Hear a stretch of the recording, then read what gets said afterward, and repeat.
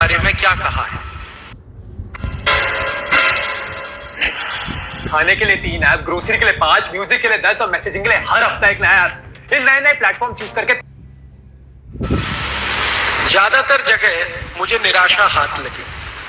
जितने भी राम कथा के वाचक हैं जिनके पास मैं ये प्रश्न लेके गया कि भगवान श्री राम ने राम राज्य के बारे में क्या कहा, अपने राज्य के बारे में क्या कहा, राम राज्य होता कैसा है, उसकी सेना कैसी होती है, उसकी अर्थव्यवस्था कैसी होती है, उसके नियम कायदे कानून कैसे होते हैं, आखिर वो राज्य है तो उसकी राजनीति क्या है, उसकी सीमाएं कैसी हैं। ऐसे ऐसे प्रश्नों को लेकर जब जब मैं साधु संतों से, राम कथा मर्मज्ञों से मिलता रहा तो निराशा ही हाथ लगी, क्योंकि बहुत कोई उचित और स्पष्ट उत्तर उनके यहाँ से नहीं मिला। फिर कई जगह मुझे ये सुनने को मिला कि ये राम कथा तो अपनी भावना की चीज है, हम उसको कहते हैं, गाते हैं, हमें अच्छा लगता है, लेकिन इसमें से देश की किसी समस्या का समाधान निकलता है या भारत की सभी समस्याओं का समाधान निकलता है, ऐसा महात्मा गांधी मानते थे। उस दृष्टि से विचार किसी ने किया नहीं। फिर मैंने सोचा कि गांधी जी को फिर से पढ़ा जाए कि उन्होंने राम राज्य के बारे में कहीं तो कोई इशारा किया होगा। फिर पढ़ा, बार बार पढ़ा, तो अंत में उनका एक छोटा सा संकेत मिला कि राम की जो कथा है उसी कथा में ये सब है, दिख जाएगा, मिल जाएगा। राम कथा को मैंने फिर पढ़ना शुरू किया। सबसे पहली राम कथा मैंने पढ़ी तो श्री रामचरितमानस, और वो पढ़ने के पीछे 2 बड़े आधार थे। उसका सबसे बड़ा आधार ये था कि मेरी जो माँ है वो हर दिन श्री रामचरितमानस के सुंदर कांड का पाठ करती है, हर दिन। ये उनका दैनिक कर्म है, और जब तक वो सुंदर कांड का पाठ नहीं करती हैं तब तक वो ना खाना बनाती हैं, ना किसी को खिलाती हैं, ना खाने देती। तो कानों में उनके शब्द गूंजते रहे। बचपन से मैं वो सुंदर कांड पढ़ता रहा माँ के माध्यम से। कभी कभी उन्होंने मुझे पढ़ने के लिए भी बिठाया। हमारे घर में एक पुरानी परंपरा सी है, बहुत साल से चल रही है, कि साल में एक बार श्री रामचरितमानस का पाठ होता है। 24 घंटे का जो अखंड पाठ होता है, उसमें भी मैं बहुत दिन शामिल रहा। बहुत दिन श्री रामचरितमानस का पाठ करने के बाद सोचा कुछ और भी पढ़ा जाए, तो श्री वाल्मीकि रामायण पढ़ी। उन्होंने भगवान श्री राम की कथा को जिस तरीके से कहा है या लिखा है, वो गोस्वामी तुलसीदास जी की तुलना में बहुत अलग है, भिन्न है। श्री गोस्वामी तुलसीदास जी के भगवान राम हैं और वो आराध्य हैं। आराध्य के बारे में कोई लिखेगा तो एक दृष्टि से लिखेगा, लेकिन गोस्वामी तुलसीदास जी की तुलना में वाल्मीकि जी के लिए राम आराध्य नहीं है। वाल्मीकि जी एक तटस्थ कवि की तरह से वो सारा वर्णन कर रहे हैं कि श्री राम जी के यहाँ ऐसा ऐसा हुआ, उनकी कहानी में ऐसा ऐसा हुआ। मेरे एक बहुत नजदीकी और जिनको मैं बहुत मानता हूँ अपने जीवन में, एक गुरु हैं श्री धर्मपाल जी। उनको एक बार मैंने चर्चा की तो श्री धर्मपाल जी ने कहा कि देखो, अगर तुम राम राज्य को ही समझना चाहते हो राम कथा में से, तो भारत में राम कथा लिखने वाले जो दक्षिण भारतीय कवि हैं या बड़े महान लोग हैं, उसको भी जरा देखो। मैंने पूछा क्यों, तो उन्होंने कहा उसमें तुमको बिल्कुल भिन्न दृष्टि मिलेगी। तो दक्षिण भारत में मैं पिछले कुछ वर्षों से घूमता हूँ, तो वहां जो राम कथाएं लिखी गई हैं उनमें सबसे ज्यादा चर्चित और सबसे ज्यादा मानी जाने वाली कंब रामायण है। कंब तमिल के एक बहुत बड़े ऋषि हुए, बहुत बड़े ऋषि हुए। जैसे हम वाल्मीकि का अपने यहाँ स्थान मानते हैं, गोस्वामी तुलसीदास का मानते हैं, वैसे ही तमिल समाज के लोग कंब ऋषि को बहुत ऊंचा मानते हैं। तो कंब एक बड़े ऋषि हुए, उन्होंने श्री राम जी की कथा लिखी है और उसको दक्षिण भारत में कंबन रामायण के रूप में जाना जाता है। और मैंने जब श्री कंबन रामायण को पढ़ा तो अद्भुत लगी मुझे। ऐसा लगा कि मुझे बहुत सारा ज्ञान आसानी से उसमें मिल गया। फिर श्री राम जी की कथा एक बहुत बड़े कवि ने भी लिखी है, आप सब जानते हैं, मध्य भारत के एक बड़े कवि श्री कालिदास, उन्होंने श्री राम जी की कथा लिखी है रघुवंशम। अद्भुत कथा है वो भी, वो मैंने पढ़ी, बार बार पढ़ी। तो ऐसा करके 8-10 तरह की राम कथाएं या श्री राम जी की जीवनी, वो सब पढ़ने के बाद कुछ मेरे समझ में आया वो निचोड़ आपको अगले 1-1.5 घंटे में मैं कहना चाहता हूँ। इस बात का आप ध्यान रखेंगे कि मैं जो भी कुछ कह रहा हूँ वो भारत की वर्तमान समस्याओं के समाधान के संदर्भ में कहूंगा कि राम जी की कथा में से भारत की समस्याओं के समाधान कैसे निकले। आज की जो समस्याएं हम देख रहे हैं अपने देश में, राजनीति के स्तर पर हो या सामाजिक समस्याएं हो, हमारी सभ्यता में आई हुई समस्या हो या संस्कृति के स्तर पर हो, इन सभी के समाधान राम जी की कथा में से मुझे दिखाई देते हैं। और अब मुझे समझ में आता है कि महात्मा गांधी किस राम राज्य की बात करते थे।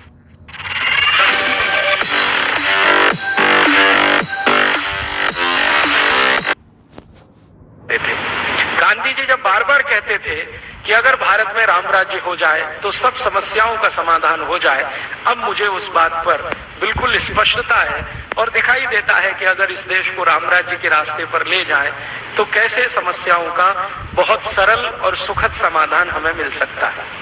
श्री राम जी की कथा आप सब जानते हैं।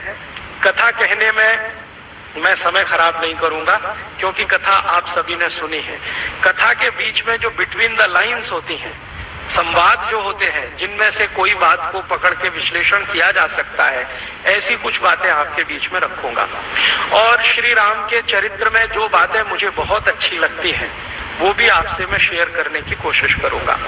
मैंने अपने सुविधा की दृष्टि से श्री राम जी की कथा को 2 हिस्सों में बांटा है, या श्री राम के जीवन को 2 हिस्सों में बांटा है। एक हिस्सा है उनके जीवन का पूर्वार्ध और दूसरा हिस्सा है उनके जीवन का उत्तरार्ध। पूर्वार्ध का जो हिस्सा है वो उनके जन्म लेने से और उनके वन गमन के 1 दिन पहले तक का है। जब उनका जन्म होता है और वो अपने पिता के घर आते हैं अपनी माता कौशल्या की कोख से पैदा होकर, तो उस दिन से लेकर और वन गमन के लिए प्रस्थान करें, वो जीवन का उनका पूर्वार्ध। ये मैंने किया है, किसी दूसरे का नहीं है, सुविधा की दृष्टि से, समझने की दृष्टि से।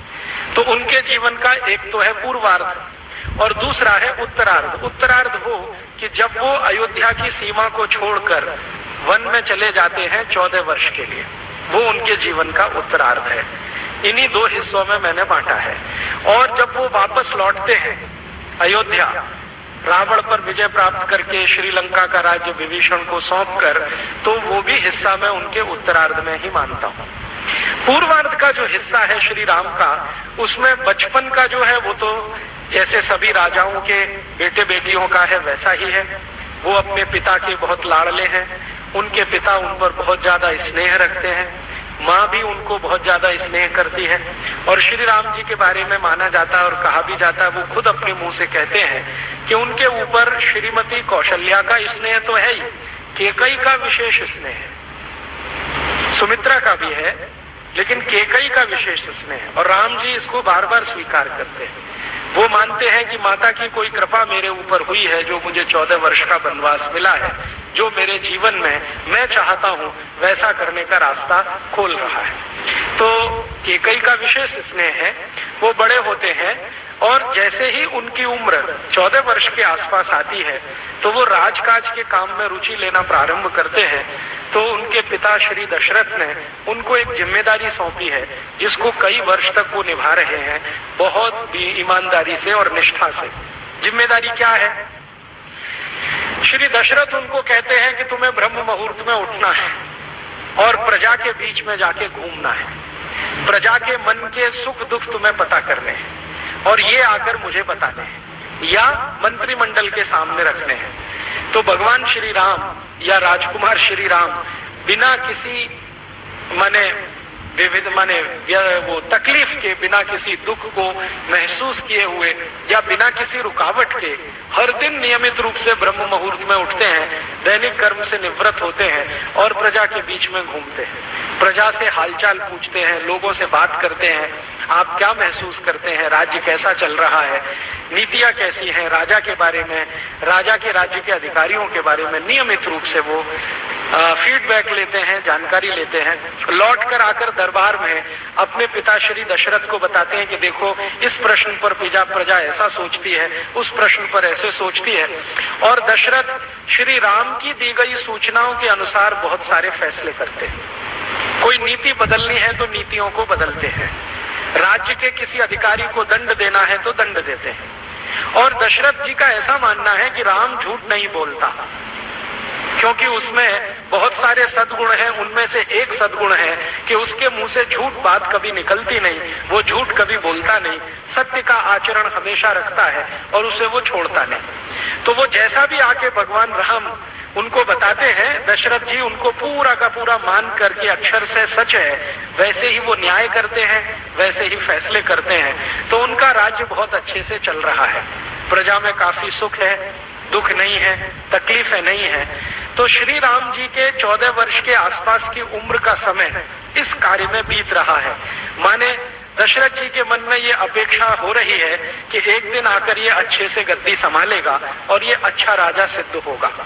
और राम जी भी अपना कर्तव्य मानकर उसको नियमित रूप से कर रहे हैं।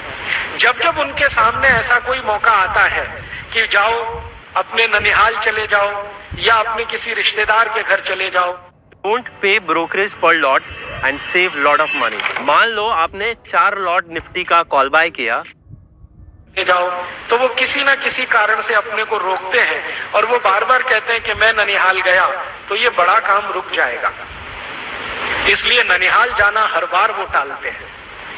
जबकि उनके जो भाई हैं भरत, उनको जब मौका मिले ननिहाल जाने का वो सहर्ष तैयार रहते हैं। और उनकी माँ भी उनको बहुत प्रेरित करती है कि तुम ज्यादा समय वहीं रहो तो अच्छा है। तो ऐसा कुछ अंतर सा दिखाई देता है। बाद में उनके इसी उम्र के आसपास के समय में उस राज्य के एक बड़े गुरु विश्वामित्र जी आके श्री राम को उनके पिता से मांग लेते हैं और वो कहते हैं कि देखो मैं वन में यज्ञ करना चाहता हूं और यज्ञ करने के लिए रास्ते में बहुत सारी रुकावटें हैं।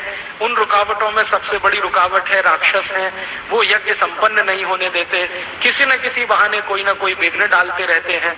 मैं शस्त्र नहीं उठाने की कसम खा चुका हूं, वरना मैं स्वयं इन राक्षसों का संहार करने में समर्थ हूं। तो मुझे आप अपना बेटा दीजिए जो इन राक्षसों का संहार करे और मेरा यज्ञ निर्विघ्न संपन्न करे। बाद में विश्वामित्र जी दशरथ के दरबार में आकर पूरी कहानी सुनाते हैं कि इन राक्षसों ने कैसा उत्पीड़न कर रखा है, कैसा अत्याचार मचा रखा है, कैसे ये सब चीजों को तहस नहस करने में लगे हुए हैं आदि आदि। आप जानते हैं कि राजा दशरथ के जो गुरु हैं वो वशिष्ठ हैं, लेकिन विश्वामित्र भी उनसे कुछ नीचे नहीं है। वशिष्ठ की राज दरबार में बहुत इज्जत है, सम्मान है, लेकिन विश्वामित्र का समाज में बहुत सम्मान है। उस समय का जो समाज है उस समाज में विश्वामित्र की ऊंचाई बहुत है और राज्य के अंदर वशिष्ठ की ऊंचाई है। तो जब विश्वामित्र आते हैं और राम जी को मानते हैं तो दशरथ कहते हैं कि ठीक है मैं वशिष्ठ से बात करूंगा और मेरे गुरु अगर कहते हैं तो जरूर शहर से जाने की अनुमति है। तो वशिष्ठ से दशरथ जी का संवाद होता है। उस संवाद में श्री राम जी भी पहुंच जाते हैं। हालांकि उनको उनके पिता ने अनुमति नहीं दी है कि तुम इसमें शामिल हो, लेकिन वो कहते हैं कि मेरे बारे में फैसला हो रहा है इसलिए मेरा रहना आवश्यक है। तो वशिष्ठ जी कुछ ऐसे इशारे में संकेत करते हैं कि राम का वहां जाना ठीक नहीं है, उसकी जरूरत भी नहीं है। हम चाहें तो विश्वामित्र के साथ अपनी सेना को भेज देते हैं, ये सेना जाएगी राक्षसों का संहार करके वापस आ जाएगी, इसमें कोई तकलीफ नहीं है। तो राम पूछ रहे हैं आप ऐसा क्यों सोचते हैं? तो वशिष्ठ कहते हैं कि देखो तुम्हारे पिताजी वृद्ध हो चुके हैं, इनको अभी वानप्रस्थी होना है, राजकाज से मुक्त होना है, अब तुम्हें इस राज्य को संभालना है, तुम्हें ये पद मिलना है, इस पर बैठकर इसकी गरिमा है, इसकी इज्जत है, प्रतिष्ठा है, वो बढ़ानी है, इसलिए हम तुमको वन नहीं भेज सकते। पता नहीं वहां कितना समय लगे, 2 वर्ष लग जाए, 5 वर्ष लग जाए, हो सकता है ज्यादा समय लग जाए, क्योंकि ये राक्षसों का साम्राज्य, खासकर जो मायावी राक्षस हैं उनका साम्राज्य बहुत फैल गया है। अयोध्या की सीमा को छोड़कर जितनी सीमाएं वर्णन की गई हैं वो सब राक्षसों के कब्जे में है। तो श्री राम कहते हैं कि मुझे जीवन में एक ही तो मौका मिल रहा है अपने को साबित करने का, और आप वो भी मुझसे छीन लेना चाहते हैं। और वो कहते हैं कि मुझे तो लगता है कि विश्वामित्र मेरे बड़े हितैषी हैं आपकी तुलना में। तो वशिष्ठ उनसे पूछ रहे हैं कि तुमको ऐसा क्यों लगता है? तो वो कहते हैं कि देखो, जब तक मैं राजमहल में रहता हूं तो मुझे प्रजा के सुख दुख का सिर्फ अनुभव हो जाए, इसकी मैं कोशिश करता हूं प्रयास पूर्वक। लेकिन अगर मैं राजमहल छोड़ के चला जाऊं और जंगल में रहने लगूं ऐसे ही जैसे सामान्य प्रजा रहती है, तो मुझे प्रयास पूर्वक अनुभव नहीं करना पड़ेगा, आसानी से मुझे अनुभव होने लगेगा। तो जब तक मैं ये राजमहल के सुख नहीं छोड़ूंगा तब तक मुझे दुख का अनुभव होगा नहीं, और जब तक दुख का अनुभव नहीं होगा तब तक न्याय और अन्याय का अंतर मुझे नहीं पता होगा, श्रेय और प्रेय का अंतर नहीं मालूम है, क्या अभीष्ट है क्या नहीं है ये मैं समझ नहीं पाऊंगा, इसलिए मुझे तो जाना ही है। अब इस तरह के वाक्य जब वो बोलते हैं तो वशिष्ठ जी कहते हैं कि फिर ठीक है, जैसी तुम्हारी इच्छा। तो श्री राम जी कहते हैं मेरी इच्छा नहीं, ईश्वर की इच्छा, ईश्वर की इच्छा। तो वो कहते हैं वो कैसे? तो उन्होंने कहा ये ईश्वर की इच्छा है कि मैं जाऊं, वरना विश्वामित्र ऐसे ही नहीं आए हैं। विश्वामित्र खुद इतने तपस्वी हैं और बलशाली हैं, जिन्होंने अद्भुत अद्भुत किस्म के अस्त्र और शस्त्रों का निर्माण किया है। वो चाहे तो राक्षसों का पूरा साम्राज्य मिटा सकते। वो कह रहे हैं कि मैंने एक संकल्प किया है कि राक्षसों के युद्ध नहीं लड़ूंगा, लेकिन वो संकल्प तोड़ भी सकते हैं, और संकल्प तोड़ने का प्रायश्चित करने की भी हैसियत उनकी है, लेकिन कुछ विशेष सोच विचार कर वो मुझे लेने आए हैं। तो मैं मानता हूं कि ये ईश्वर की कोई इच्छा है। और वशिष्ठ को कहते हैं कि मैं तो बहुत आस्थावान हूं, ईश्वर के प्रति मेरा परम विश्वास है, और वो कहते हैं कि नियति निश्चित है, इसलिए मुझे लगता है कि ये वनगमन जाना ही है। सबसे बड़ा रेड फ्लैग प्रोफाइल मैच होने के बाद भी चैट ना कर पाना, क्योंकि सब्सक्रिप्शन चाहिए। And that's exactly why I. तो वो निकलते हैं और अपने साथ अपने भाई लक्ष्मण को ले जाते हैं। पहले तो वो सोचते हैं मैं अकेला जाऊं, लेकिन लक्ष्मण उनको बहुत जिद करके तैयार करते, नहीं मैं भी आपके साथ चलूंगा। लक्ष्मण की जो माँ है सुमित्रा, वो उनको बार बार ये सिखा रही है कि तुम्हें राम की छाया बन के रहना है, जीवन के किसी भी मोड़ पर उन्हें छोड़ना नहीं है, तुमको उनसे सीखना है, अपना इष्ट उनको बनाना है। तो सुमित्रा की शिक्षा, बाद में दशरथ का आशीर्वाद, दोनों मिलकर विश्वामित्र के साथ जाते हैं। अब विश्वामित्र के साथ जब वो जा रहे हैं तो सबसे महत्व की बात जो मुझे समझ में आती है वो ये कि जब उनको कहा उनके पिता श्री दशरथ ने कि देखो राक्षसों से युद्ध होगा, तुम अपने साथ सेना लेकर जाओ, तो श्री राम कहते हैं कि सेना लेकर गया तो क्या फायदा।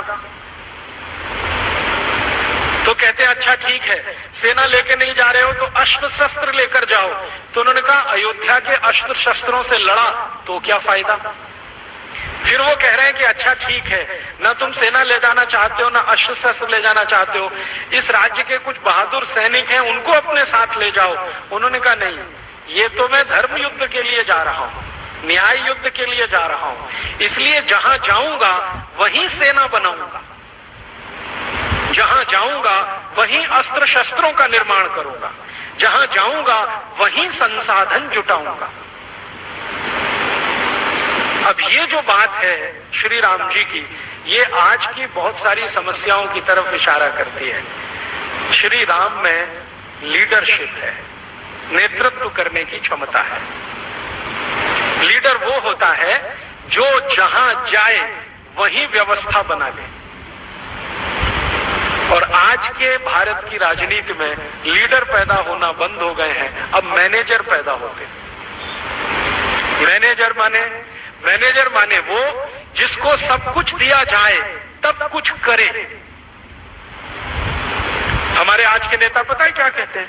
टीए चाहिए, डीए चाहिए, एचआरए चाहिए, बेसिक सैलरी में इतने सारे इमोल्यूमेंट्स चाहिए, इतने करोड़ रुपए का खर्चा चाहिए, ऐसी गाड़ियां चाहिए, एसी फर्स्ट क्लास का पास चाहिए, हवाई जहाज की नियमित यात्राएं चाहिए, तब जाकर हम कुछ करेंगे।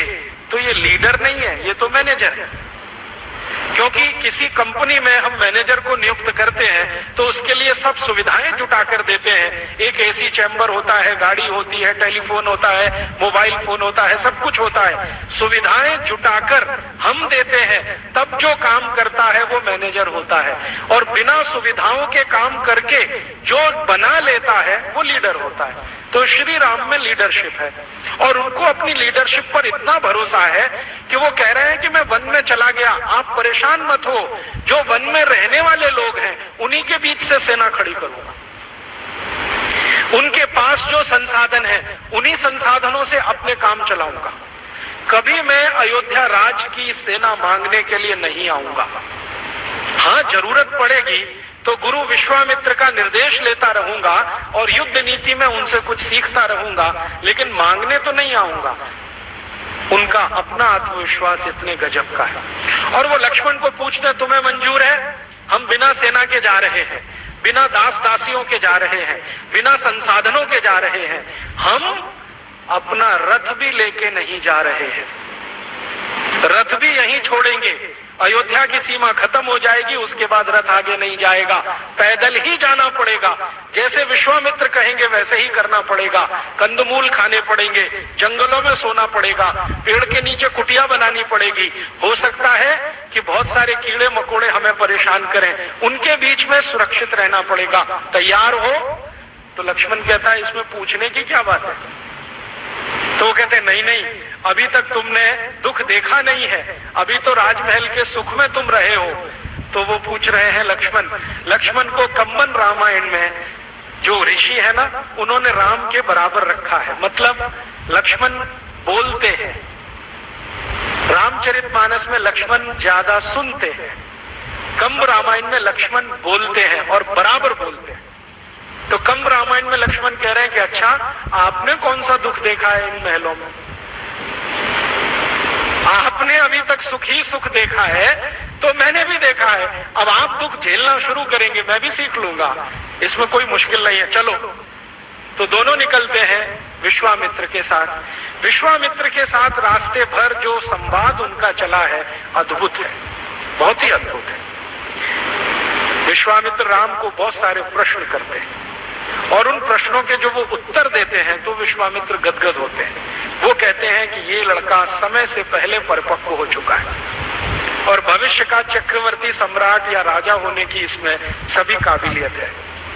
तो ऐसे बहुत सारे प्रश्न हैं जो विश्वामित्र और राम के संवाद के रूप में है। तो विश्वामित्र पहला प्रश्न पूछ रहे, राम तुम्हें मालूम है हम कहाँ जा रहे हैं? तो हाँ, वन में जा रहे हैं, कहीं आपकी कुटिया बनी हुई है, वहां राक्षस बहुत उत्पात मचा रहे हैं, वो आपको यज्ञ नहीं करने दे रहे हैं और आपको यज्ञ करना है, क्योंकि ये यज्ञ आप अपने लिए नहीं कर रहे हैं, समाज के लिए कर रहे हैं, समाज को सुख मिले इसके लिए यज्ञ कर रहे हैं। तो मैं भी समाज का एक अंग हूं, आपके यज्ञ में निर्विघ्नता आए, वो संपन्न हो, ऐसी मेरी इच्छा है, उसमें सहयोग करने जा रहा हूं। Every second counts. Invest swiftly and conveniently in FNO. तो वो पूछ रहे हैं विश्वामित्र कि तुम जहां जा रहे हो वहां किस तरह के राक्षस रहते हैं, अंदाजा है?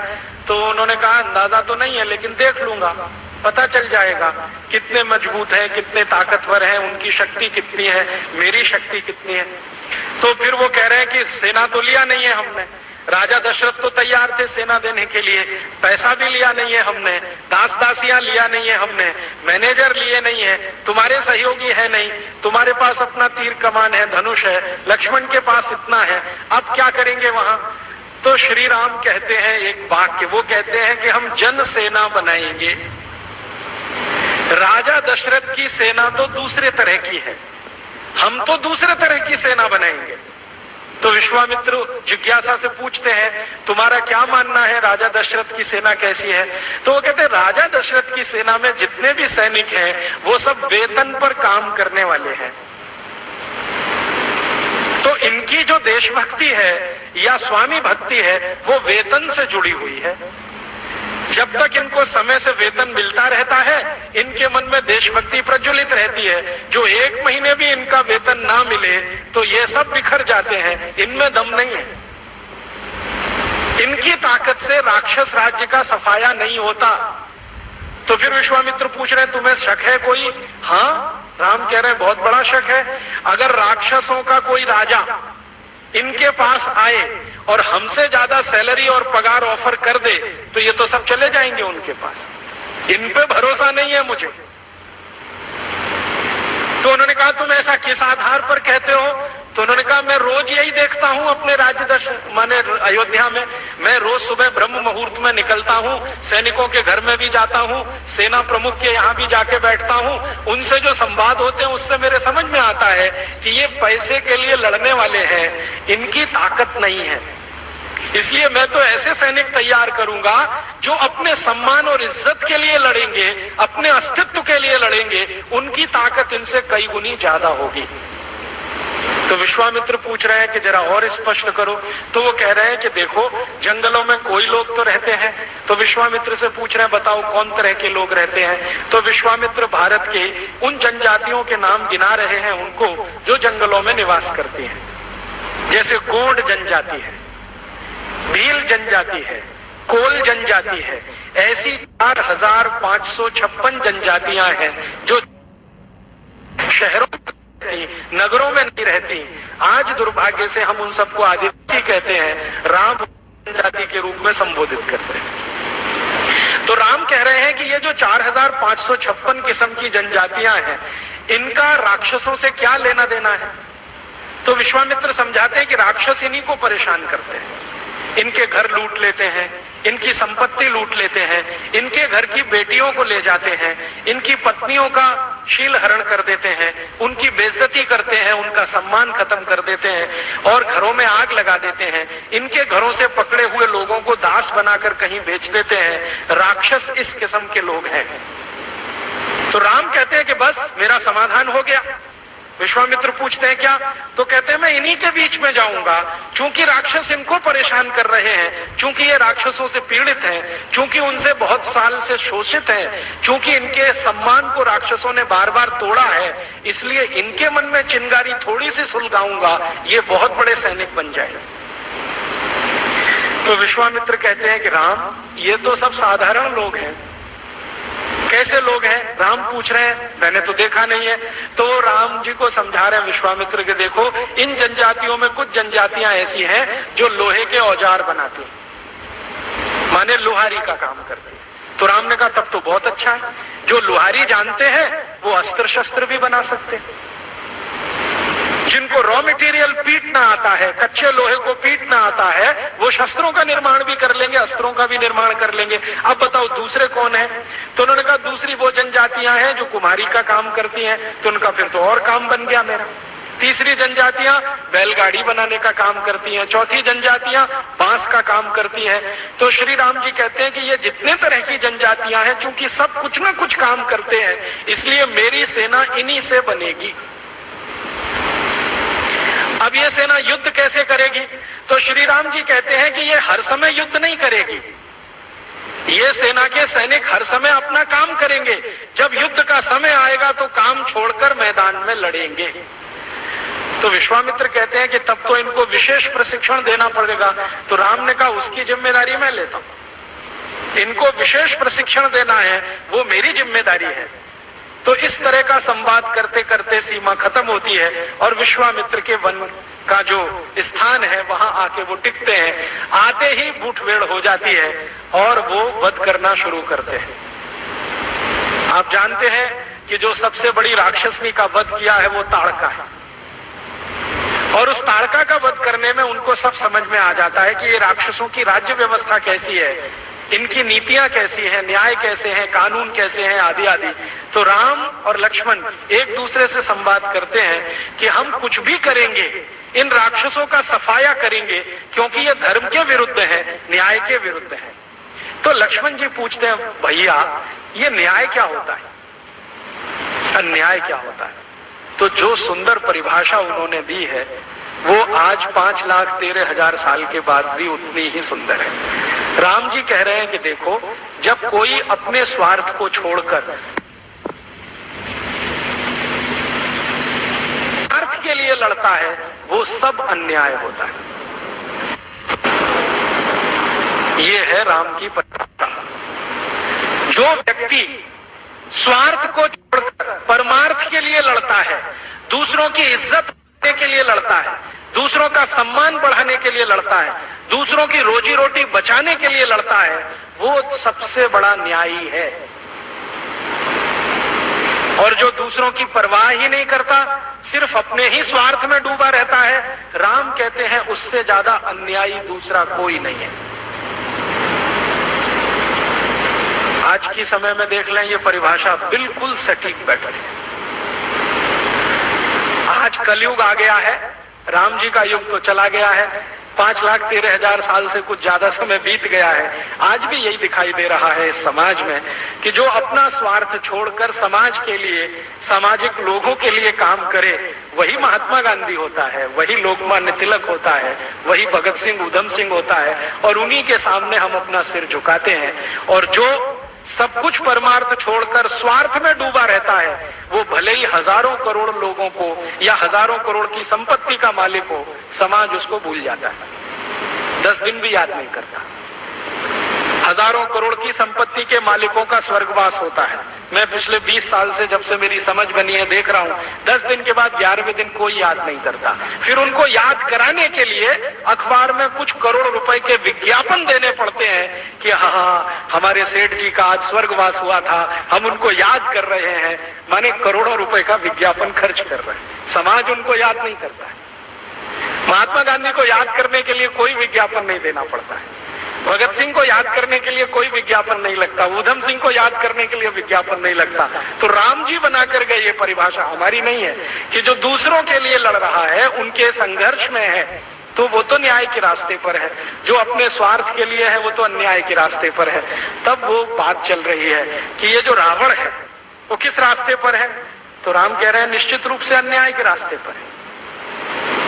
रावण अपने लिए लड़ रहा है, अपनी जाति के लिए लड़ रहा है, इसके आगे कुछ नहीं, तो वो तो अन्याय के रास्ते पर है। ये राक्षस सब अन्याय के रास्ते पर हैं। हम न्याय के रास्ते पर इसलिए हैं कि हम अपने स्वार्थ को छोड़कर अयोध्या से यहाँ आए हैं, और यहाँ आने के बाद हम जीतेंगे इस युद्ध को, ये मेरा विश्वास है, लेकिन अपना राज्य कायम नहीं करेंगे। ये पूरा राज्य इन्हीं को सौंपकर हम चुपचाप यहाँ से निकल जाएंगे। तो लक्ष्मण कहते हैं, अरे मैं तो ये सोच के बैठा था कि ये पूरा किष्किंधा का राज्य हमारा होने वाला है। ये जो किष्किंधा है ना, वन का एक बड़ा क्षेत्र है, जिसका राजा काफी दिनों तक बाली रहा है, उसके बाली के बाद सुग्रीव रहा है, और बाली के पहले रावण वहां का राजा है, माने रावण के क्षेत्र का है। तो वो कह रहे हैं, लक्ष्मण मैं तो ये सोच के आया था कि हम इस राज्य को जीत लेंगे, राक्षसों से मुक्त कर लेंगे, ये तो हमारे अयोध्या का अंग बनेगा। तो कहते हैं, लक्ष्मण तुम भी अन्याय के रास्ते पर जाना चाहते हो? तो लक्ष्मण कह रहे हैं कि हमारे भारत में तो चक्रवर्ती सम्राट वही होता है जो दूसरों के राज्य को जीत लेता है। तो राम कहते हैं कि मैं चक्रवर्तित्व की परिभाषा बदलना चाहता हूं और एक नई परिभाषा गढ़ना चाहता हूं। अब आप जरा देखिए इस बात को। राम के पहले उनके वंश में जितने भी महान राजा हुए, रघु हुए, दिलीप हुए, अज हुए, इन सभी ने चक्रवर्तित्व की परिभाषा बनाई है क्या, कि किसी राज्य के लिए अगर वो लड़े, जीत लिया, तो राज्य उनके अधीन आया, राज ने उनकी मातहती की। और इस तरह से रघु चक्रवर्ती हुए, अज चक्रवर्ती हुए, दिलीप चक्रवर्ती हुए, ये सब दशरथ के पूर्वज हैं, दशरथ के पिता पितामह ये सब हैं। राम कहते हैं कि मैं अपने कुल में चक्रवर्तित्व की परिभाषा बदलना चाहता हूं और आज से नई परिभाषा गढ़ना चाहता हूं कि हम राज्यों को जीतेंगे लेकिन अपने राज्य का अंग नहीं बनाएंगे। इसी राज्य में से किसी को निकालकर उसको राजा बनाकर हम वापस अपने घर चले जाएंगे। तो लक्ष्मण कह रहे हैं कि भैया इनमें तो हैसियत नहीं है राजा होने की। तो कह रहे हैं कि हम हैसियत पैदा करेंगे। ये तो ठीक है कि इनमें हैसियत नहीं है, लेकिन हम हैसियत पैदा करेंगे, इनको ट्रेनिंग देंगे, विचार की ट्रेनिंग, विचार का प्रशिक्षण, अस्त्र शस्त्र का प्रशिक्षण, राजनीति का प्रशिक्षण, ये सब हम देंगे तो ये राज्य भी चलाने के काबिल हो जाएंगे। तो लक्ष्मण पूछ रहे हैं कि फिर ये कौन सा तंत्र बनेगा? तो राम कह रहे हैं ये गणतंत्र बनेगा, यही प्रजातंत्र बनेगा। मुझे अब समझ में आता है कि प्रजातंत्र के मूल शायद श्री राम ही, उनके पहले इस देश में प्रजातंत्र कहीं नहीं है। प्रजातंत्र में आज जो परिभाषा चलती है ना, लोगों का शासन, लोगों के लिए, लोगों के द्वारा, और राम जी ने तो यही सिद्ध कर दिया। वन में गए हैं और छोटे छोटे राज्य जो राक्षसों के कब्जे में हैं उनको मुक्त कराया है, संहार किया है रावण के सहयोगी राक्षसों का, और अच्छे तरीके से किया है, जड़मूल से खत्म कर दिया है। लेकिन किसी भी राज्य को अयोध्या में नहीं मिलाया है। हर स्थानीय गोंड जाति के किसी एक स्थानीय व्यक्ति को राजा बना दिया, भील जाति के किसी स्थानीय व्यक्ति को राजा बना दिया, कोल जाति के किसी स्थानीय व्यक्ति को राजा बना दिया, तो गोंडों का राज्य स्थापित करा दिया, भीलों का राज्य स्थापित करा दिया, कोलों का राज्य स्थापित करा दिया, और वो राज्य हजारों साल तक इस देश में चलता आया, हजारों साल तक। अगर आप गोंड जनजाति के लोगों के बीच में जाकर, कोल जनजाति के लोगों के बीच में जाकर या भील जनजाति के लोगों के बीच में जाकर संवाद करें तो वो कहते हैं ये राज्य तो राम का दिया हुआ है।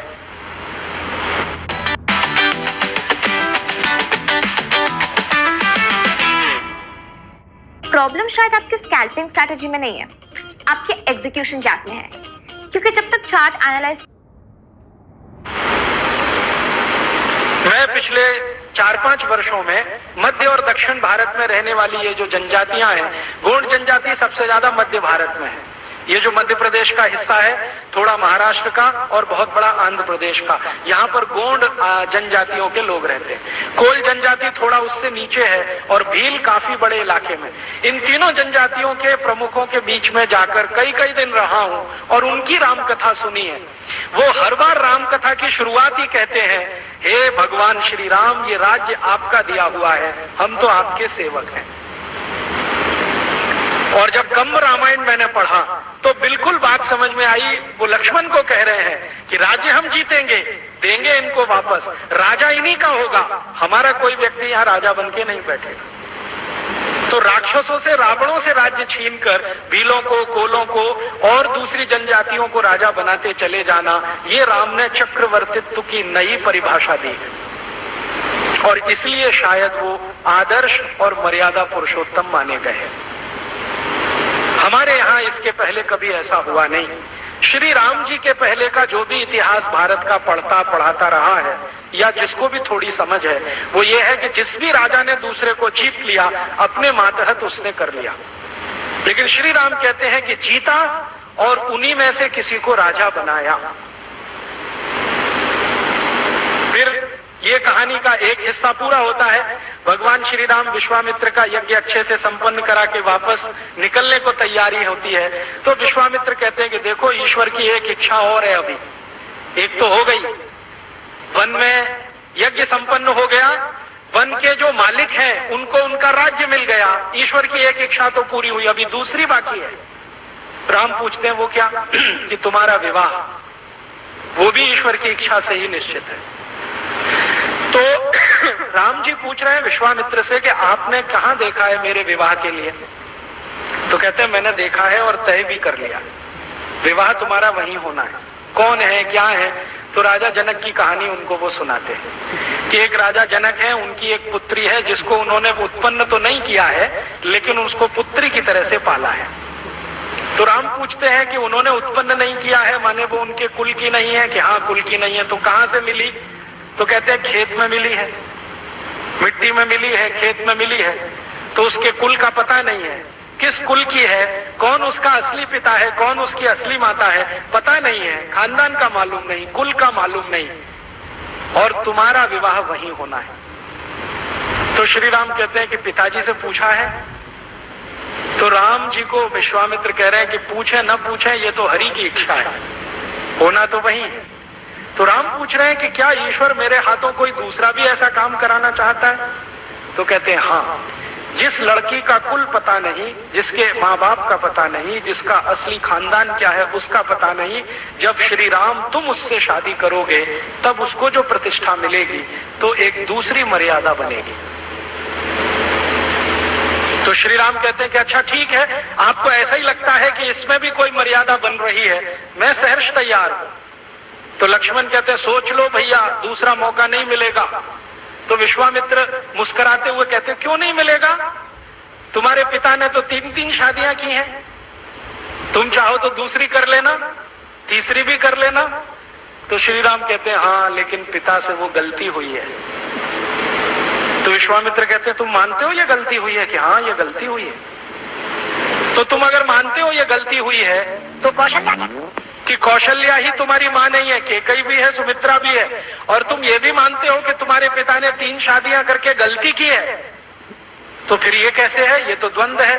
तो उन्होंने कहा कि शादियां कर ली हैं तो मैंने उनको मां मान लिया है, लेकिन मेरा मन कहता है कि पिता ने ये गलती की है। तो फिर विश्वामित्र कहते हैं कि तुम्हारे पिता ने कोई गलती नहीं की है, तुम्हारे जो दादा परदादा थे उन्होंने भी यही किया है।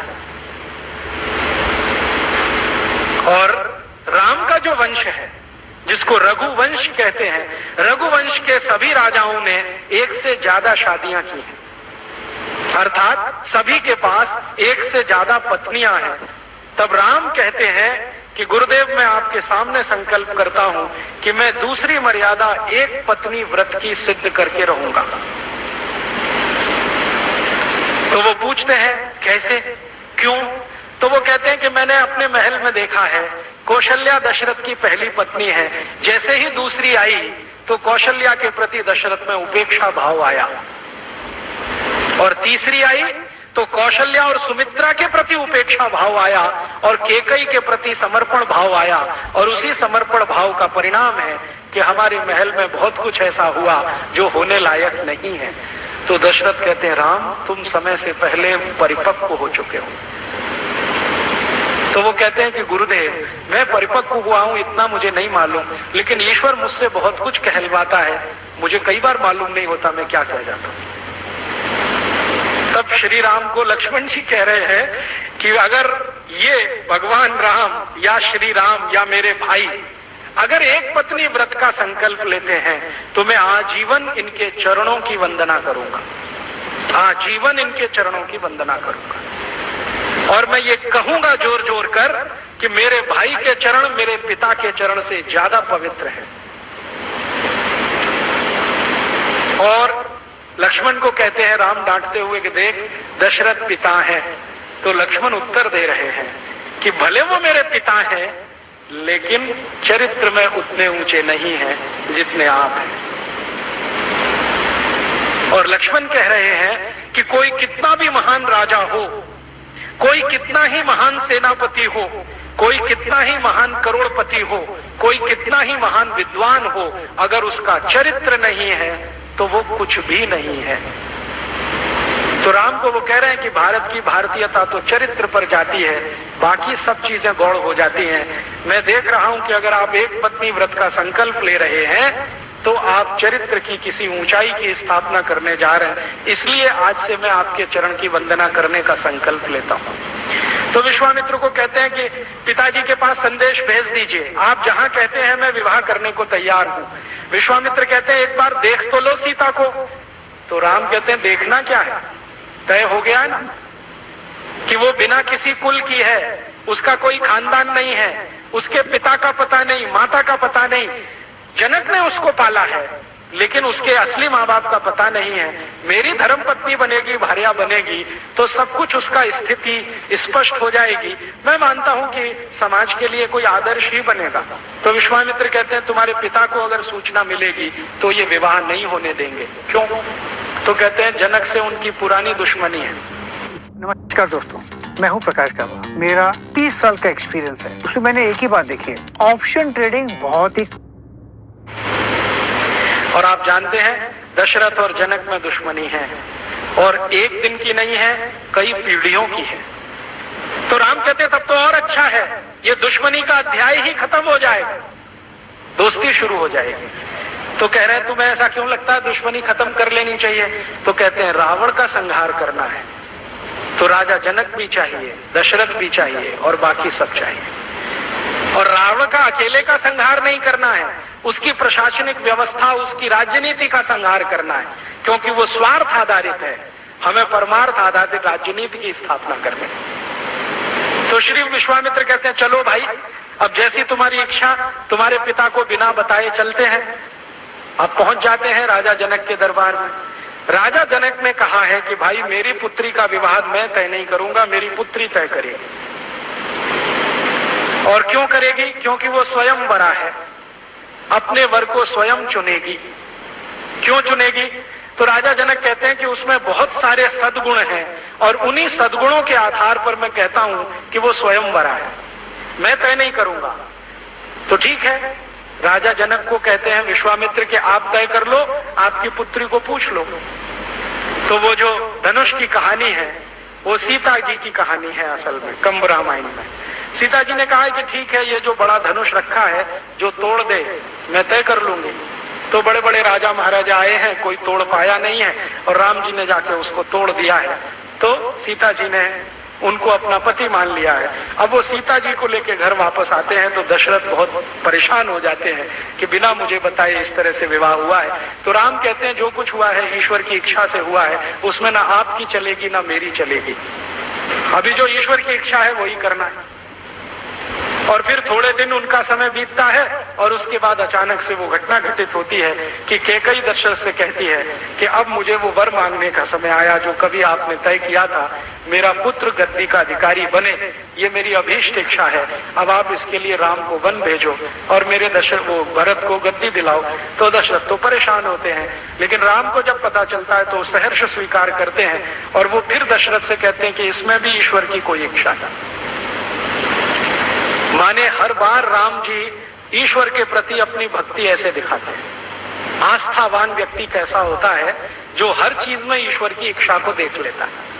लक्ष्मण को बहुत गलत लगता है, लक्ष्मण विद्रोह करने के लिए तैयार है, अपने बाप के खिलाफ बगावत करने के लिए तैयार है। ऐसा कैसे हो सकता है? आपका अधिकार है, आप सबसे बड़े हैं, गद्दी पर आपको ही बैठना है, राज्य आपको चलाना है, नीतियां आपको आती हैं, न्याय अन्याय आप समझते हैं। भरत को तो कुछ समझ भी नहीं है, वो जिंदगी भर ननिहाल में रहा है, सुखों ही सुखों में पला है, उसने दुख कभी देखा नहीं है। आपने तो दुख का भी अनुभव किया है, मैंने थोड़ा किया है, आपने ज्यादा किया, इसलिए राजा बनने के अधिकारी तो आप ही हैं। तो राम कहते नहीं, अभी राजा बनकर अगर मैं यहाँ बैठ गया तो इससे भी बड़े कुछ काम होने वाले हैं, वो नहीं होने, इसलिए वन गमन तो जाना है। तो वन गमन जाने का तय होता है और फिर उनके साथ उनकी भार्या धर्मपत्नी सीता और फिर लक्ष्मण भी जाते हैं और वही कहानी फिर दोहराई जाती है। राजा दशरथ कह रहे हैं कि तुम वन जा रहे हो तो दास दासियों को लेके जाओ। राम कहते हैं नहीं। तुम वन जा रहे हो तो घोड़े हाथी लेके जाओ, नहीं। तुम वन जा रहे हो तो धन संपत्ति लेके जाओ, नहीं। तुम वन जा रहे हो तो अस्त्र शस्त्र लेके जाओ, नहीं। मैं जहां जाऊंगा वहीं सेना बनाऊंगा, वहीं के संसाधनों से रहूंगा। मुझे एक साधारण व्यक्ति का जीवन बिताना है और मैं जब साधारण व्यक्तियों के बीच में साधारण बनकर रहूंगा तो उनमें ज्यादा प्रेरणा पैदा होगी और शायद वो अपना लक्ष्य हासिल कर सकेंगे। एक राजा की हैसियत से जाऊंगा तो मेरे और उनके बीच में दूरी रहेगी। ये दूरी अगर पट नहीं पाई तो जो हासिल करना है वो मिलेगा नहीं। और 14 वर्ष का जो उनका वनवास है वो सब आप जानते हैं। जगह जगह जाना, कंदमूल खाना, वहीं कुटिया बना के रहना, वहीं के संसाधनों से जीवन चलाना, सुख में रहना, दुख में रहना, अलग अलग तरीके से जीवन बिताते हुए, राक्षसों का संहार करते हुए और जनजातियों का राज्य स्थापित कराते हुए वो अंत में पहुंचते हैं जब उनकी पत्नी का अपहरण होता है, रावण उठा के ले जाता है, फिर युद्ध का नाद होता है और युद्ध होता है। युद्ध में राम विजयी होते हैं, रावण हारता है। रावण हारता है तो उसके बाद विभीषण को राजा बनाते हैं। तो विभीषण खुद हैरान है कि ये मुझे राजा बना रहे हैं। वो अब तक सोच के बैठा था कि राम राजा बनेंगे। तो राम कह रहे हैं कि मेरी आज तक की परंपरा नहीं है, जिस राज्य को जीता वहां मैं राजा बना, ये हुआ नहीं, मैंने उसी राज्य के नागरिकों को राजा बनाया। तब विभीषण पूछ लेते हैं, मुझे एक जिज्ञासा है, क्या है कि आपने बाली का संहार किया था और सुग्रीव को राजा बनाया था। आपके यहाँ अन्याय तो नहीं है, अधर्म भी नहीं है, तो ये वाली का बद न्याय था। महाराज अरेंद्र, मैं आपके निकम्मे और कमजोर बेटे से शादी तोड़ रही हूँ। मैं एक बहादुर मर्द से शादी करना चाहती। तो राम पूछ रहे हैं, इतने दिन बाद क्यों पूछ रहे हो तुम? अभी तो सब कहानी खत्म हो गई। तो वो कह रहे हैं कि अभी तक हिम्मत नहीं पड़ी पूछने की। क्यों नहीं पड़ी? तो वो कह रहे हैं कि सुग्रीव आपका सहयोगी है और उसके सामने मैं ये पूछूं तो मुश्किल हो जाएगी। हो सकता है आपके और सुग्रीव के बीच में मनभेद हो जाए, मतभेद हो जाए। हमारा लक्ष्य रावण को खत्म करना था, वो आपको पहले पूरा करना था। अब प्रश्न पूछ रहा हूं। तो राम कहते हैं कि देखो, बाली अधर्मी ही था, धर्मी नहीं था। कैसे अधर्मी था? तब वो सुग्रीव को कहते हैं कि कहानी सुनाओ बाली, क्या क्या किया था उसने तुम्हारे साथ। तो सुग्रीव कहता है कि मैं और बाली दोनों सगे भाई थे और बाली हर समय मेरा अपमान करता था, बार बार मेरी पत्नी का अपमान करता था। मेरा और मेरी पत्नी का अपमान करना इतना ही नहीं, राज्य के विद्वानों की पत्नियों का और पतियों का भी अपमान करता रहता था। रावण के जैसा बनने की कोशिश करता रहता था, जैसा शोषण रावण करता है वैसा ही उसके मन में था। ये सब कहानी जब वो सुनते हैं सुग्रीव के मुंह से, तब विभीषण समझते हैं हाँ बात तो आपकी सही है, वो अधर्मी ही था। तो राम ने कहा कि मैंने उसको मारने का संकल्प किया था, लेकिन बाली के लिए नहीं, सुग्रीव के लिए। अगर सुग्रीव को राजा बनाना है तो बाली को हटाना बहुत आवश्यक था, और बाली को नहीं हटाता तो वो सुग्रीव को मार डालता, और सुग्रीव अगर मर जाता तो हनुमान के रहने का स्थान नहीं रहता किष्किंधा में। और हनुमान तो भगवान के भेजे हुए कोई दूत हैं जिनके हाथों कोई बड़े काम इस देश में होने वाले हैं, इसलिए इनका बचना बहुत जरूरी था। आपको मालूम है किष्किंधा राज्य का जो मालिक था बाली, उसने ऐलान कर दिया था कि मैं इनमें से किसी को नहीं रहने दूंगा, न सुग्रीव को, न हनुमान को, न नल और नील को।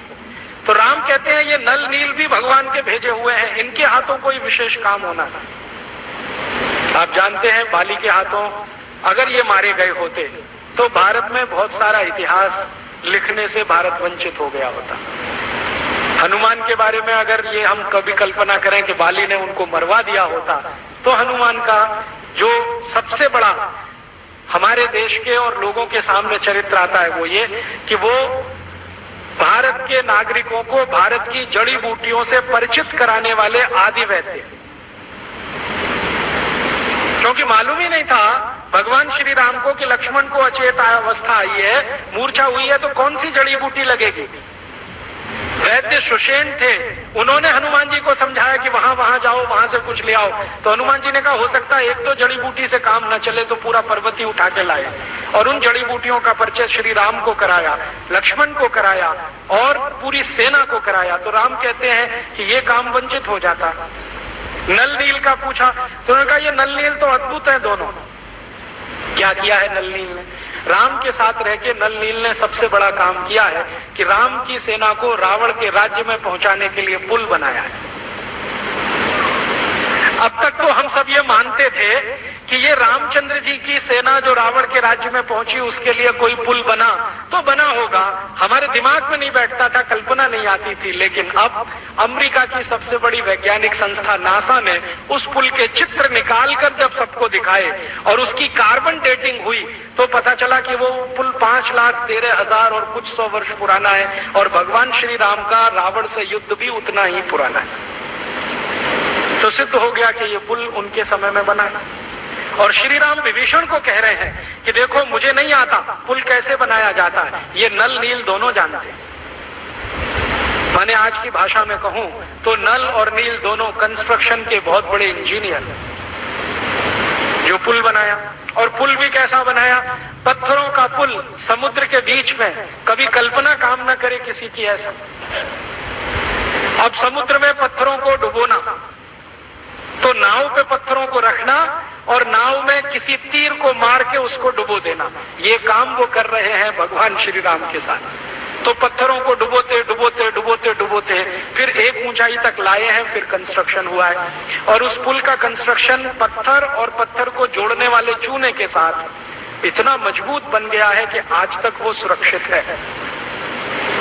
5,13,000 साल पुराना पुल सुरक्षित है, जो कभी भारत में नल नील ने भगवान श्री राम के लिए बनाया।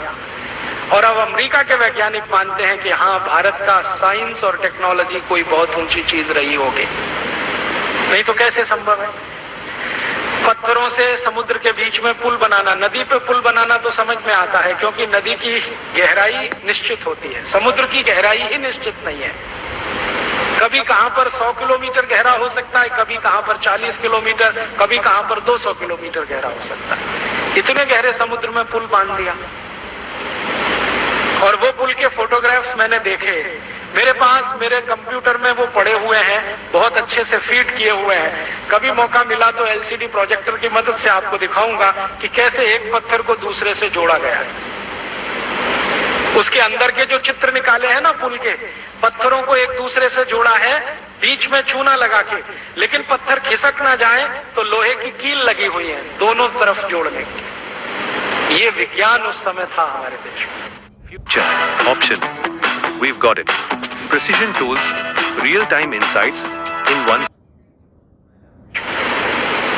और पुल को ऊपर से जब देखते हैं ना, सैटेलाइट से उसके सारे पिक्चर निकाले गए हैं।